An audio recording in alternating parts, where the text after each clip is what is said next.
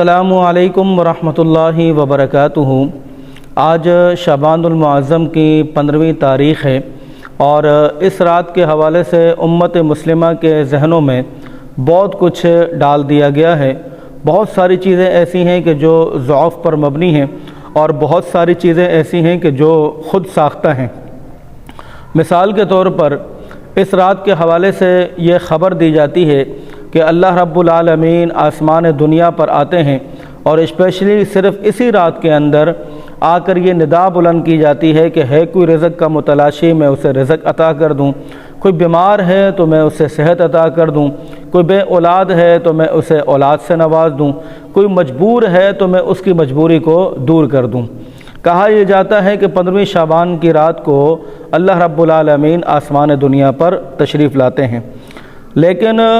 صحیح بات یہ ہے، بخاری شریف کی حدیث ہے کہ اللہ کے رسول علیہ الصلاۃ والسلام نے فرمایا کہ اللہ رب العالمین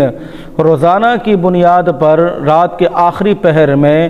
آسمان دنیا پر آ کر یہ تمام ندائیں بلند کرتے ہیں۔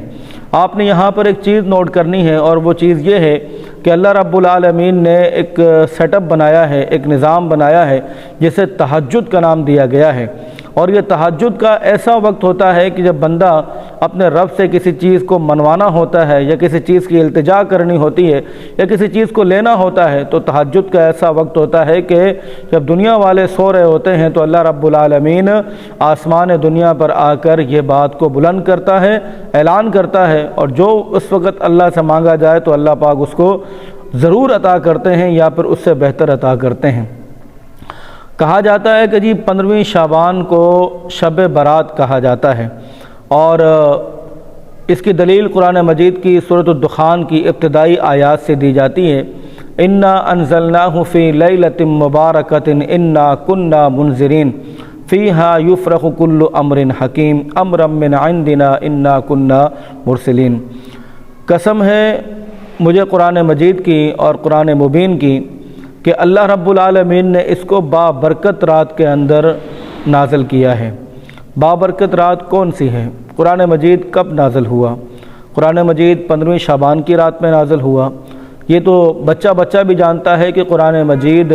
شعبان کے مہینے میں نہیں بلکہ رمضان المبارک کے مہینے میں نازل ہوا ہے۔ شہر رمضان الذی انزل فیہ القرآن، اللہ نے قرآن مقدس کو ماہ رمضان المبارک کے اندر نازل کیا گیا ہے، لیکن اس آیت کو بنیاد بنا کر شب برات کی فضیلت کو ثابت کرنے کی کوشش کی جاتی ہے، جو کہ صراحتاً صحیح نہیں ہے، غلط ہے۔ اس رات کے اندر قبرستان میں جایا جاتا ہے۔ بالکل قبرستان جانا چاہیے، روزانہ کی بنیاد پہ جانا چاہیے، بلکہ اللہ کے رسول علیہ الصلاۃ والسلام کی حدیث ہے کہ تم قبروں کی زیارت کرو فإنها تذکر للموت، بے شک وہاں پر جا کے تمہیں تمہاری موت یاد آئے گی۔ تو آپ نے 15ویں شعبان کی رات کو مخصوص کیوں کیا گیا؟ پھر آج کی رات کے اندر قبرستان میں جانے کا لطف ہی کچھ اور ہوتا ہے۔ آج تمام قبرستانوں کو سجایا جاتا ہے، چراغاں کیا جاتا ہے، روشنی کی جاتی ہے، پھر قبرستانوں کے اندر قوالی کا اہتمام ہوتا ہے، پھر وہاں پر دھمال کا اہتمام ہوتا ہے، مرد اور عورت کا مخلوط دھمال کیا جاتا ہے، چرس کے دھوئیں اڑائے جاتے ہیں، ایک افراتفری کا ماحول ہوتا ہے۔ تو مجھے یہ بات بتائیں کہ جب آپ نے قبروں کی زیارت کرنی ہے اپنی موت کو تازہ رکھنے کے لیے، موت کو یاد کرنے کے لیے، لیکن جہاں پر پھر اس قسم کی تفریح آپ کو ملے گی تو وہاں پر آپ موت کو یاد کریں گے یا پھر انجوائے کریں گے؟ ظاہر ہے کہ ایسے موسم کے اندر اور ایسے ماحول کے اندر انسان کو موت تو نہیں یاد آئے گی بلکہ وہ تفریح کرے گا، انجوائمنٹ کرے گا۔ کون سی قبروں کی زیارت کا حکم دیا گیا ہے؟ کہ وہ قبریں کہ جو بوسیدہ ہیں، وہ قبریں جو پھٹی ہوئی ہیں، وہ قبریں جن سے ہیبت آتی ہے، وہ قبریں کہ جن کے اندر سے کفن اور ہڈیاں نظر آتی ہیں، جس کو دیکھنے کے بعد انسان کے اندر ہیبت طاری ہو جائے، خوف طاری ہو جائے، ان قبروں کی زیارت کا حکم دیا گیا ہے۔ ایسے قبرستانوں کی زیارت کا حکم نہیں ہے کہ جہاں پر میلے سجائے جاتے ہوں، جہاں پر رقص کیا جاتا ہو، جہاں پر دھمال ڈالے جاتے ہوں، جہاں پر انجوائمنٹ کی جاتی ہو، ایسی قبرستانوں کی زیارت کا حکم نہیں ہے۔ اور پھر اس پہ ایک دلیل پیش کی جاتی ہے کہ اللہ کے رسول علیہ الصلاۃ والسلام ایک رات کو اٹھے اور آپ نے کسی کو بتائے بغیر آپ خاموشی کے ساتھ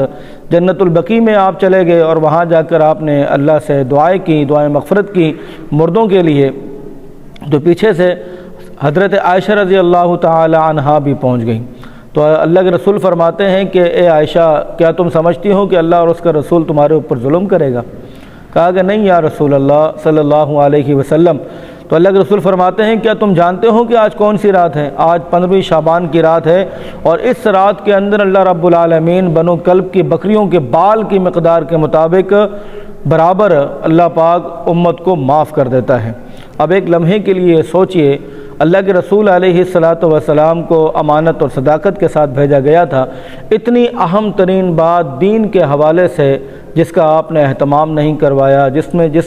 میں آپ نے صحابہ کرام کو اس حوالے سے آگاہ نہیں کیا، صحابہ کرام کو تیار نہیں کیا، آپ خاموشی سے اٹھتے ہیں، رات کے آخری پہر قبرستان چلے جاتے ہیں اور اللہ سے دعائیں مغفرت کرتے ہیں، تو کیا یہ دین کے اندر ایک بخل پن کا مظاہرہ نہیں ہے؟